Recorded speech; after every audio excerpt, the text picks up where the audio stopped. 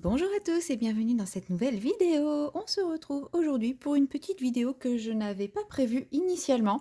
Et bah voilà, comme vous le voyez, j'étais en train de mettre en couleur les cheveux et je me suis rappelé qu'on m'a demandé dans des commentaires de faire plus de tutos, de montrer comment je fais un effet poil, un effet plume, un effet, enfin plein d'effets. Alors effectivement, les cheveux n'étaient pas dedans. Et je me suis dit, mais attends, tu peux quand même faire un mini tuto effet cheveux. Donc voilà, désolée, j'ai déjà commencé et voilà, hein, c'est pas ça m'est venu pendant que j'étais en train de le faire, mais c'est pas grave parce que je peux vous expliquer ce que j'ai déjà fait. Donc là, je le fais au Derwent Color Soft. J'ai utilisé 4 teintes que voici dans l'ordre du plus foncé au plus clair. Donc j'ai pris le Brown Black, le 640, le Brown, le 510 et le Brown Earth, le 630. Et pour ceux qui n'ont pas les Color Soft, je vous montre. Donc le 640, c'est ce brun quasi noir très très foncé qui est ici. Le 510, c'est ce brun-là, donc qui est qui est quand même plus clair que celui-ci, mais qui est toujours dans des teintes très grisées, très foncées, très peu lumineuses. Et ensuite, j'ai pris le 630, qui est un brun beaucoup plus lumineux, beaucoup plus chaleureux. Et c'est lui qui va apporter vraiment la teinte du cheveu. Donc, j'ai commencé à placer tous mes effets de lumière avec le 640. Donc, qui est mon brun le plus foncé, hein, je vous remonte, c'est ce brun quasi noir qui est ici. Et donc j'ai commencé à poser toutes mes ombres avec la technique hachurée, donc comme ceci. Je vous montre un petit peu les coups de crayon, là je peux toujours en rajouter un petit peu. Donc j'ai commencé à placer par rapport à la règle qui est dessinée, donc j'ai commencé à placer mes traits comme ceci. Je peux toujours en rajouter un peu, hein, ça fera pas de mal à mon dessin. Et juste des petits traits hachurés où j'ai vraiment effleuré le papier avec mon crayon, sans aller trop loin pour garder quand même une certaine zone de lumière à chaque fois sur le cheveu. Donc là, mettons, j'ai fait, vous voyez la zone qui est colorée, j'ai fait à peu près jusqu'à cette longueur-là. Je suis pas allée jusqu'en haut du trait, j'ai fait à peu près les 2/3 du trait qui était ici. Pareil ici où je me suis arrêtée à peu près au même niveau. Donc ça, pour la première partie, j'ai fait ça. Donc cette partie-là, cette partie-là. Ensuite, je suis venue repérer toutes mes zones d'ombre. Donc ici, cette mèche de cheveux qui est ici se trouve sous cette mèche-là. Donc je suis venue tracer quelques ombres avec toujours mon crayon le plus foncé. Ici, pareil, on voit que la mèche qui est ici recouvre le bout de mèche qui est là. Donc je suis venue rapporter quelques touches d'ombre ici aussi, et quelques touches d'ombre ici, puisque pareil, cette partie-là est sous la mèche qui est ici.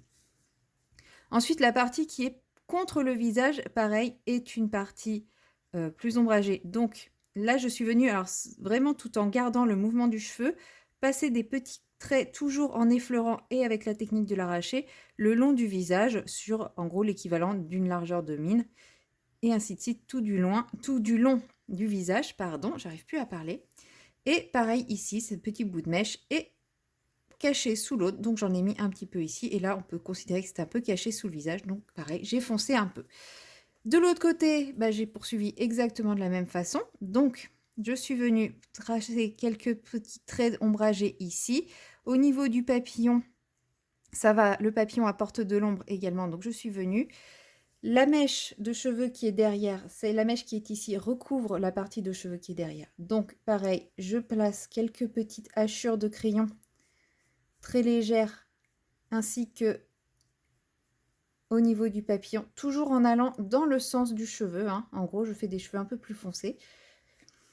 La mèche qui est ici, qui se trouve sous la mèche qui est là.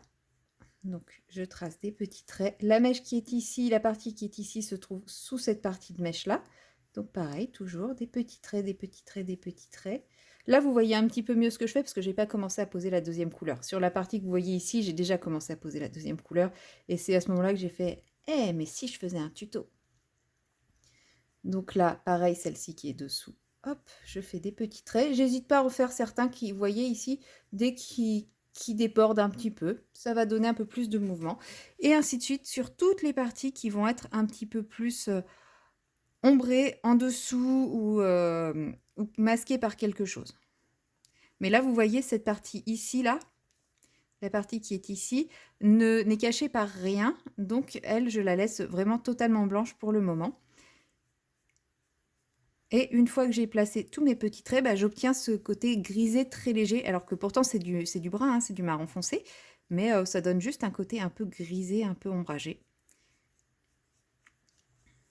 que je renforce un petit peu ici avec vous, hein, même si j'aurais pu aussi le renforcer après coup.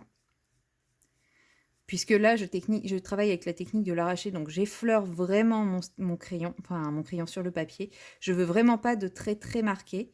Je veux vraiment juste apporter une très légère teinte, tout en ayant le trait du crayon, mais pas appuyé, pas marqué, quoi. Mais je ne veux pas quelque chose d'aplat et de bien fondu. Je veux quand même qu'on ait la sensation du trait de crayon. C'est pour ça que je fais des petites hachures, des petits traits comme ceci. Et là, pareil. Donc là, ici, nous avons cette mèche-là qui recouvre cette mèche-là et le petit bout qui est là. Donc toute cette partie-là reste blanche. Ensuite, je suis venue prendre ma deuxième teinte. Donc la 510, qui est celle-ci. Donc un brun un peu plus clair, mais toujours assez sombre, pas très lumineux. Et là, je suis venue étirer, en fait, les petites hachures que j'avais déjà faites, toujours pareil, avec la technique de l'hachure, en laissant toujours une petite zone de lumière. Et là, vous voyez, j'étais en train de faire au niveau du papillon, quand mon cerveau s'est mis en route et a dit « Mais fais un tuto cheveux, nom d'une pipe !» Donc là, exceptionnellement, je passe dans l'autre sens, mais c'est parce que sinon, j'arrive jamais assez près du bord et je me retrouve avec une bande de blanc ici. Donc je viens mettre un petit coup de crayon au bord, mais c'est juste histoire de combler la zone de blanc. Et pareil, je repasse mes petits traits et je déborde un petit peu de ce que j'avais fait avec le crayon précédent. Et là, on se retrouve déjà avec une teinte un peu plus brune, un peu plus marronnée, mais toujours une teinte qui n'est pas lumineuse. Mais c'est le but, c'est vraiment voulu, parce que là, on est toujours sur le travail des ombres. Et en fait, là, je passe partout où j'ai mis le premier brin, mais en allongeant le trait à chaque fois. Et vous voyez, il y a des endroits où ça va faire des zones vraiment très proches, comme ici. Il n'y aura pas beaucoup de lumière dans ces endroits. Et là, c'est pareil, je n'appuie pas sur mon crayon, j'effleure vraiment mon crayon. Le but n'est pas de saturer le papier. On viendra le saturer ultérieurement, si nécessaire. Là, en fait, en faisant ça, on apporte de la texture aux cheveux, en plus d'apporter les zones de lumière.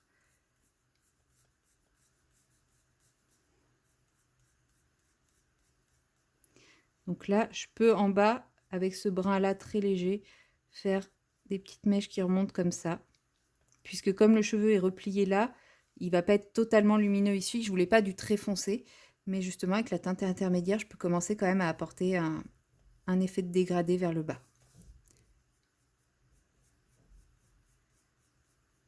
Voilà. Donc là, vous voyez, on change quand même un petit peu de couleur de cheveux déjà, hein. Donc j'hésite pas, je peux tout en effleurant, je peux rajouter des couches et des couches jusqu'à avoir l'intensité de couleur qui m'intéresse, qui me plaît.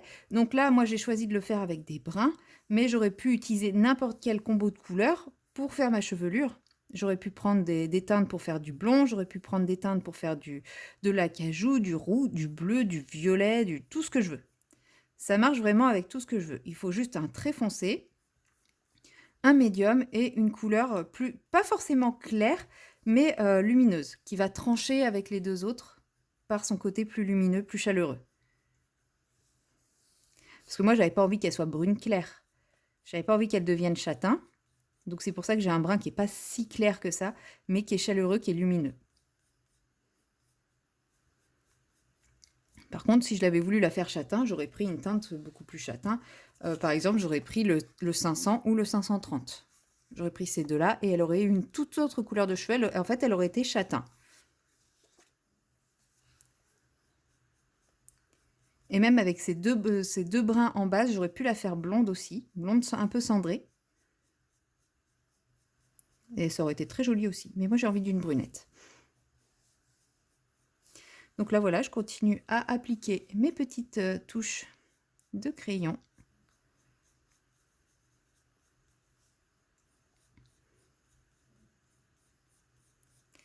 Encore et encore.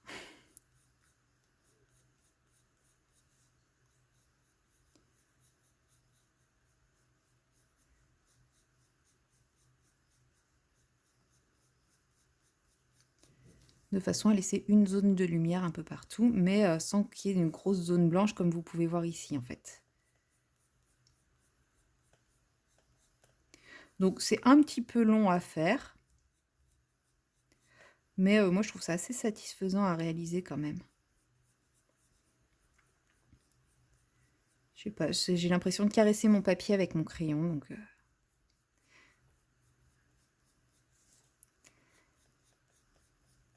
Donc là, j'allonge tout en suivant le mouvement du cheveu. Vous voyez, là, le cheveu, il fait ça. Donc là, moi, avec mon crayon, je viens suivre le mouvement. Quitte à faire en 2 fois, ici et repartir là. Si j'arrive pas à faire le mouvement en une seule fois, je peux aussi faire des petits mouvements pour bien créer le mouvement du cheveu. Parce que c'est pas toujours facile en un seul mouvement de créer un mouvement de cheveux qui est parfois un peu zigzagant, hein. Quand c'est des cheveux raides, ça va, mais quand c'est des cheveux ondulés, parfois créer le mouvement du cheveu, c'est un peu compliqué. Donc pas hésiter à faire avec des petits mouvements, des petites hachures.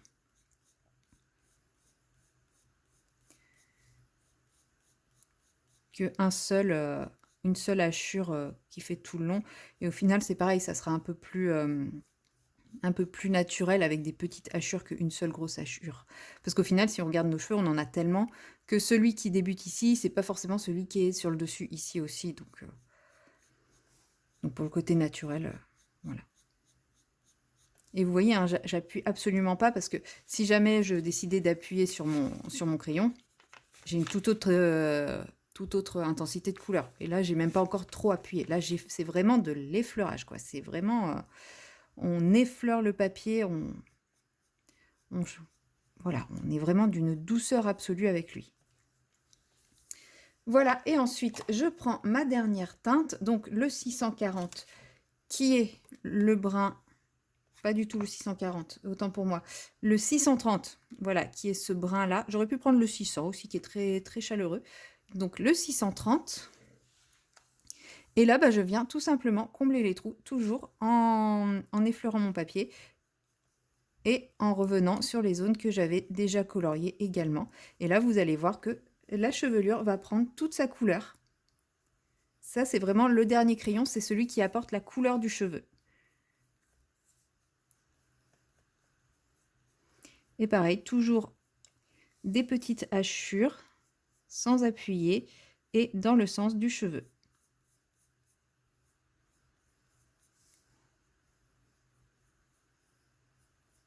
Il n'y a que au bord où parfois je me permets de faire un petit coup léger dans le sens du trait qui est déjà fait, parce que sinon, voilà, ça me fait une zone blanche à chaque fois. Si de temps en temps, il y a des endroits où ça ferme une petite marque parce que votre crayon était plus pointu et tout, c'est pas grave. C'est un cheveu qui est un peu plus marqué, c'est absolument pas grave. Pour faire cet effet, il faut quand même avoir des crayons avec des mines assez dures, qui s'écrasent pas trop, et surtout qui sont très très bien taillés. Enfin, il faut vraiment tailler son crayon avant de débuter, parce que si le crayon il est déjà en bout aplati, arrondi, ça, clairement, vous n'arriverez pas à faire un bel effet d'arraché. Et moi, je sais que pour ça, je préfère les crayons avec des pointes un peu dures. Je sais que beaucoup préfèrent utiliser les drawings, par exemple, pour faire ce genre de technique. Moi, je sais que j'y arrive pas. Les drawings, c'est des crayons pour lesquels il faut appuyer, je trouve. Et moi, déjà, je ne sais pas appuyer. Et en plus, enfin voilà, moi, c'est une technique où j'effleure vraiment le papier. Donc, au drawing, je n'arrive pas à... Ça laisse pas l'effet trace comme là. Ça laisse... soit ça laisse une grosse trace, parce que j'ai appuyé, soit ça laisse pas de trace, ça laisse un fondu. Et enfin, voilà. Mais après, c'est chacun utilise les crayons avec lesquels il est à l'aise. Et s'il est plus à l'aise avec les drawings, il n'y a aucun problème pour le faire avec les drawings. Il faut vraiment utiliser un crayon avec lequel vous êtes à l'aise dans cette technique. Donc, il ne faut pas hésiter à en essayer plus d'un. Essayez plusieurs crayons, et puis à un moment, il y aura les petites préférences, hein. C'est pareil, il y en a qui font cette technique uniquement au Prismacolor. Moi, je sais que les Prismacolor, j'y arrive pas. En fait, la mine, elle est trop tendre pour moi et j'ai l'impression de l'écraser tout le temps, alors que pourtant, j'effleure vraiment le papier. Donc moi, j'ai besoin de mine dure. Mais vous êtes libre d'utiliser le crayon avec lequel vous êtes à l'aise. Et là, vous voyez la différence de couleur de cheveux. elle est tout de suite beaucoup plus brune, alors qu'avant, elle était limite grise. Enfin, elle était cheveux noirs devenus bien gris, quoi. Elle avait pris un petit coup de vieux. Et ben là, maintenant, elle redevient brune. Et ainsi de suite sur toute la chevelure, tout en...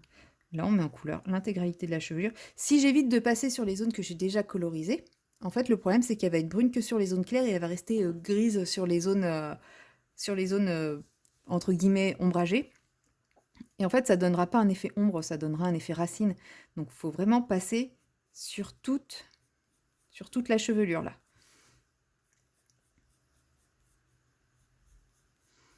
Donc, c'est la partie la plus longue, hein, forcément. Et puis, il ne faut pas être tenté d'y aller en coloriant. Il faut continuer bien à faire ces petites hachures dans le sens du cheveu pour avoir un rendu plus sympa. Après, vous pouvez le faire en coloriant aussi, hein, mais pour avoir un effet cheveux, pour avoir vraiment l'effet cheveux, c'est la technique de l'arracher, c'est-à-dire les petites hachures. Toujours dans le sens du cheveu. Et cette technique, au final, c'est celle qui est utile pour l'effet poil, pour l'effet plume, pour... En fait, elle sert à tellement d'effets que une fois qu'on maîtrise la technique de l'arracher, on peut faire vraiment beaucoup de choses. Le plus dur après pour adapter les autres techniques, c'est de comprendre dans quel sens vont les poils, de comprendre... parce que les cheveux, on peut se permettre de faire des grands mouvements. Pour l'effet poil, non. Il faut vraiment être très précis sur ces... Pardon, j'ai donné un coup dans ma perche. Il faut vraiment être très précis sur ces hachures. Pour l'effet plume, encore plus. Mais à part ça, à partir du moment où on maîtrise la technique de l'arracher, bah, j'ai envie de dire, le reste... on a déjà fait un grand pas pour maîtriser la technique de l'effet poil, la technique de l'effet plume. Et avec la technique de l'arracher, on peut faire beaucoup plus que des effets poil-plume, trucs dufteux, soyeux, etc. hein. Moi, j'ai déjà fait des fleurs, j'ai déjà fait des noisettes, enfin, j'ai fait plein de choses. Les pommes aussi, je les fais avec cette technique. Donc, il y a vraiment beaucoup de choses qui sont faisables à partir du moment où on maîtrise la technique de l'arracher. Je suis pas hyper à l'aise. En général, quand je fais cette technique, j'ai tendance à tourner mon livre dans tous les sens pour pouvoir avoir toujours le même mouvement de main, tout en gardant le mouvement du cheveu. Bon là, du coup, comme je filme, j'essaye quand même de vous faire quelque chose d'un peu esthétique, hein, de pas trop vous donner le mal de mer, le vertige et la tête qui tourne à tourner mon livre dans tous les sens. Mais du coup, je suis pas franchement super à l'aise tout le temps. Donc si vous avez l'impression que je sais pas comment mettre mon bras, c'est tout à fait normal, c'est le cas.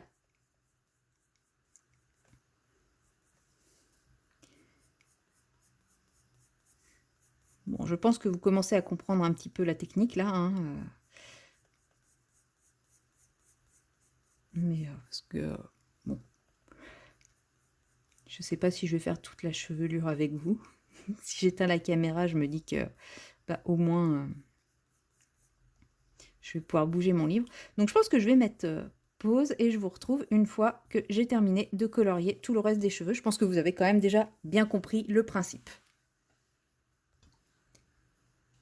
Et voilà, j'ai fini de coloriser les cheveux. Donc j'ai fini de mettre la dernière couche.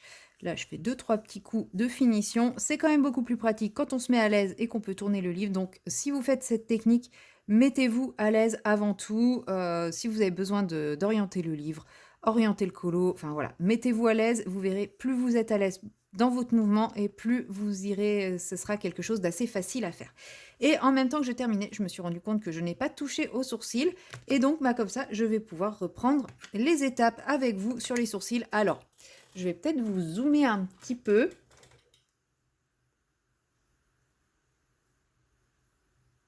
Voilà. Et je vous remets bien dans le champ. Vous allez voir mon énorme main. Donc, le crayon qui n'est plus très pointu. Alors, surtout pour faire les sourcils qui sont très fins. On va essayer de le retailler un coup. Donc là, il est quand même beaucoup plus pointu. Donc ils vont tous y repasser à la taille. Hein.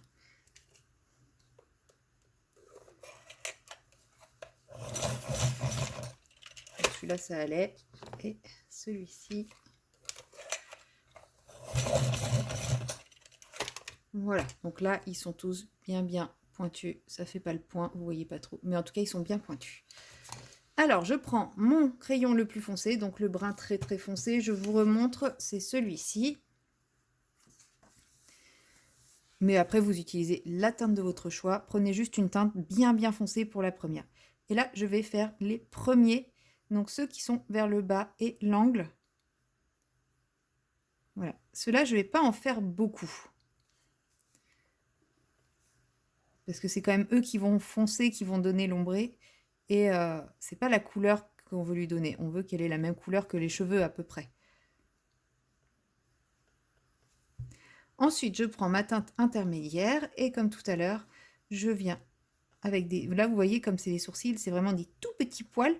Donc, je fais des toutes petites hachures dans le sens du poil. Donc, c'est-à-dire à la base vers le haut et ensuite, je commence à aller vers le sourcil. Donc, vers le haut. J'espère que vous voyez quelque chose. Je ne suis pas trop devant. Donc, des petits poils vers le haut et ensuite, on oriente vers le sourcil. Et ensuite, je prends ma teinte la plus claire, ma teinte qui donne la couleur finale.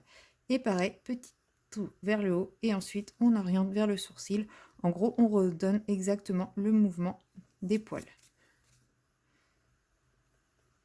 Avec des petites hachures. Et voilà, elle a les sourcils assortis à sa couleur de cheveux. C'est tout pour ce petit tuto. Voilà, j'espère qu'il vous aura plu, qu'il vous aura été utile, qu'il vous aura donné envie d'essayer de le reproduire ou de tenter cette méthode. Je sais que beaucoup utilisent cette méthode plus ou moins de la même façon. Mais voilà, comme on m'avait demandé davantage de petits tutos de ce genre, je me suis dit que c'était quand même la bonne occasion. Donc voilà, c'est chose faite. Donc j'en ferai d'autres, très certainement de la même façon quand je serai en train de faire un effet et de me dire « Ah mais ça, je pourrais en faire un tuto ». Donc bon, il est possible que tous ne soient pas planifiés et donc vous les voyez en cours de route. Mais j'espère que ça vous aura pas trop dérangé et moi je vous dis à bientôt dans la prochaine vidéo.